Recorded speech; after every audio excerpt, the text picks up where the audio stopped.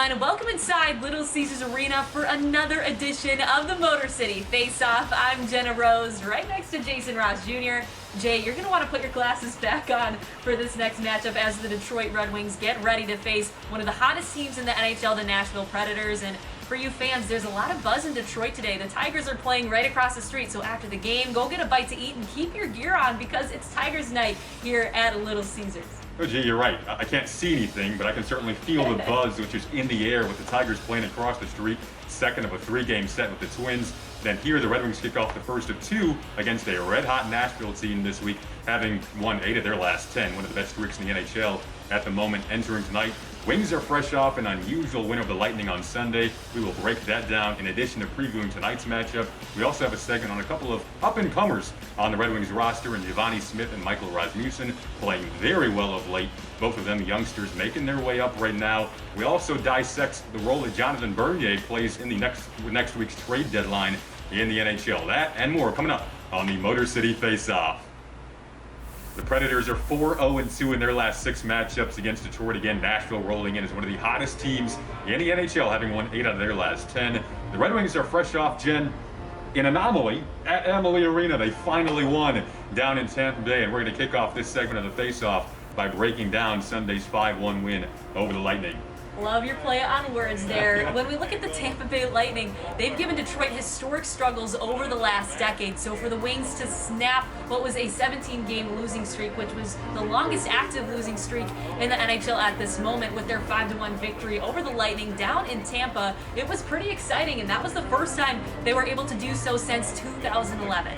So when we dial in to that matchup, the Detroit Red Wings, they were off with a hot start, 1-0 lead, and they were able to build on that by not only matching the energy of the Tampa Bay Lightning, but being able to outplay them, and that carried over towards the end in the second period, where they strung together 3 goals in the span of 3 minutes. Secondary goal scoring has been a common thread in Detroit victories this season. Valtteri Filppula, in just his second game back after missing a month, scored in the second period, in addition to Michael Rasmussen, who is typically on the 4th line. Defenseman Mark Stahl also scored his 3rd of the season to cap the 3 goals in 3 minutes.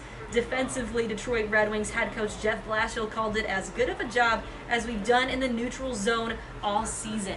An impressive performance for the Wings in all 3 zones. Now, when we dial in to goaltender Thomas Greiss, he navigated his way through a 27-save performance that night against the Tampa Bay Lightning. When we look back to the last time that the Wings played the Nashville Predators, since then, Greiss has stopped 111 of 118 shots faced. So he's ready to bring in that energy, and the whole team is ready to just bring that revenge defense here against the Predators. You know, that revenge the Wings are so desperately seeking will certainly be a tall task, Jen, going up against this Predators team that, as we noted, has won 8 of their last 10. And this newfound spurt of winning for the Predators has now launched them from 7th at one point in the Central all the way up to 4th, which is the 4th and final playoff spot that the division has to offer. So they're playing with confidence and playing with a sense of urgency with only 17 games remaining in their playoff push. Now, breaking down tonight's matchup against Detroit, Nashville has been particularly effective defensively. Gee, they're only allowing teams to score a little over 1.5 goals per game over the past 10 here. They have been particularly effective in the neutral zone and effective when it comes to stopping teams from entering the offensive zone in an efficient and clean fashion. So for Detroit, opportunities could very well come at a premium tonight against a red-hot Predators team.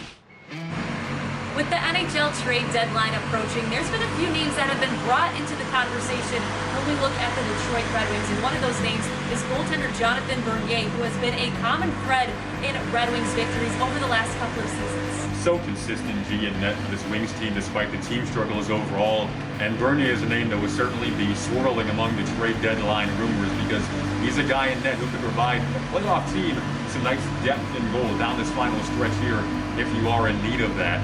Now, the polarizing part of this scenario is that most would tell you Detroit doesn't really have that goaltending prospect yet that is ready to step into the shoes of Jonathan Bernier, because they're pretty big shoes to fill, Jen. And on the note of that, Thomas Greiss, who, as you noted, G, has been heating up of late, would have quite the burden on his shoulders down the final stretch and potentially next season if the Wings do deal Bernier.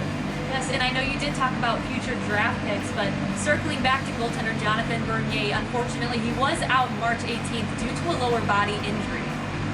when he has been on the ice this season. Despite the Wings boasting the lowest point total in the Central Division, Bernier has managed to complete an 8-6 record with a 2.76 goals against average. The numbers certainly back up the notion what Bernier brings to this team during the rebuild. And on that note, Jason, talking about the future of the Detroit Red Wings, we'll be discussing some up-and-coming players here on the Motor City Faceoff.